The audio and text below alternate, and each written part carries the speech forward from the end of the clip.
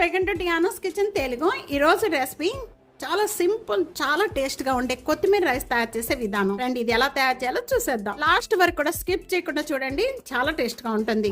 Basmati rice అయినా తీసుకోవచ్చు, మనం రెగ్యులర్ గా యూజ్ చేసే రైస్ తో అయినా చేసుకోవచ్చు. ఈ కొత్తిమీర రైస్ నేను ఈ రోజు రెగ్యులర్ గా యూజ్ చేసే రైస్ తో చేస్తున్నానండి. చూస్తున్నారు కదా, వేడి వేడి రైస్. అలాగే ఇక్కడ ఒక గుప్పుడు కొత్తిమీర. మసాలా తయారు చేసుకోవడానికి ముందుగా మిక్సీ జార్లో ఒక గుప్పుడు అండి, మనం రైస్ ఎంత ఉందో దాన్ని బట్టి మనం ఈ మసాలా అంతా కూడా తయారు చేసుకోవాలి. నేను ఇక్కడ చిన్న కప్పుతో నేను రైస్ తీసుకున్నాను. ఒక గుప్పుడు కొత్తిమీర మిక్సీ జార్లో వేస్తున్నాను. పాటు కొద్దిగా పుదీనా, 2 పచ్చిమిర్చి, వెల్లుల్లిపాయ రెబ్బలు, అల్లం ముక్కలు, ఉల్లిపాయలో ఒక హాఫ్ ఉల్లిపాయ, ఒక గుప్పుడు అనేది కొబ్బరి అండి. ఇది ఆప్షన్ అండి, మీకు కావాలి అనుకుంటే వేసుకోవచ్చు, లేకపోతే లేదు. పచ్చి కొబ్బరి తీసుకోవడం వల్ల చాలా టేస్ట్ గా ఉంటుంది. 1 కప్ అనేది వాటర్ యాడ్ చేసేసుకుందాం. ఇన్ని యాడ్ చేసిన వెంటనే కూడా ఇవంతా కూడా మెత్తగా పేస్ట్ చేసుకోవాలి.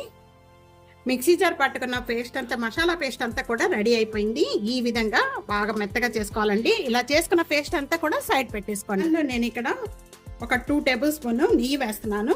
నెయ్యి అంతా కూడా బాగా కాగిపోయిన వెంటనే 1 టేబుల్ స్పూన్ జీడిపప్పు, అలాగే 1 టేబుల్ స్పూన్ పల్లీలు. ముందుగా ఈ 2 కూడా వేయించుకోవాలి. జీడిపప్పు ఈ విధంగా వేగిపోయిన వెంటనే కూడా తీసేసి ఒక బౌల్లో వేసేసుకోండి.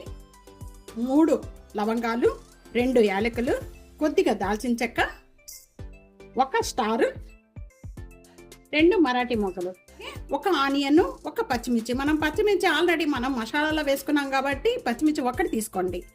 క్యారెట్లో ఒక హాఫ్ క్యారెట్ చిన్న చిన్న పీసెస్ కట్ చేసిన క్యారెట్ వేస్తున్నాను. ఇవన్నీ కూడా బాగా వేయించుకోవాలి. ఇవన్నీ వేగుతూ ఉండగానే టేస్ట్కి సరిపడా సాల్ట్ వేస్తున్నాను. 1/4 టేబుల్ స్పూన్ పసుపు. క్యారెట్, ఉల్లిపాయ కలర్ చేంజ్ అయిపోయింది. ఇలా కలర్ చేంజ్ అయిపోయిన వెంటనే ముందుగా మసాలా ప్రిపేర్ చేసుకుందంతా కూడా మిక్సీ జార్లో అంతా కూడా ఇప్పుడు దీంట్లో వేసేసుకుందాం. వాటర్ యాడ్ చేసేసుకొని దీంట్లో వేసేసుకోండి. మసాలా అంతా కూడా పచ్చి స్మెల్ పోయేంత వరకు కూడా బాగా వేయించుకోవాలి. వాటర్ ఎక్కువగా యాడ్ చేసుకోవద్దండి, కొద్దిగా అంతా కూడా మీడియం ఫ్లేమ్లో పెట్టేసేసి మసాలా అంతా కూడా బాగా వేయించుకోవాలి. అంతా కూడా బాగా వేగిపోయింది. కొత్తిమీర అంతా కూడా గ్రేవీ అంతా బాగా వేగిపోయి ఇలాగ చిక్కపడిపోయిన వెంటనే ఇప్పుడు మనం రైస్ యాడ్ చేసేసుకున్నాం.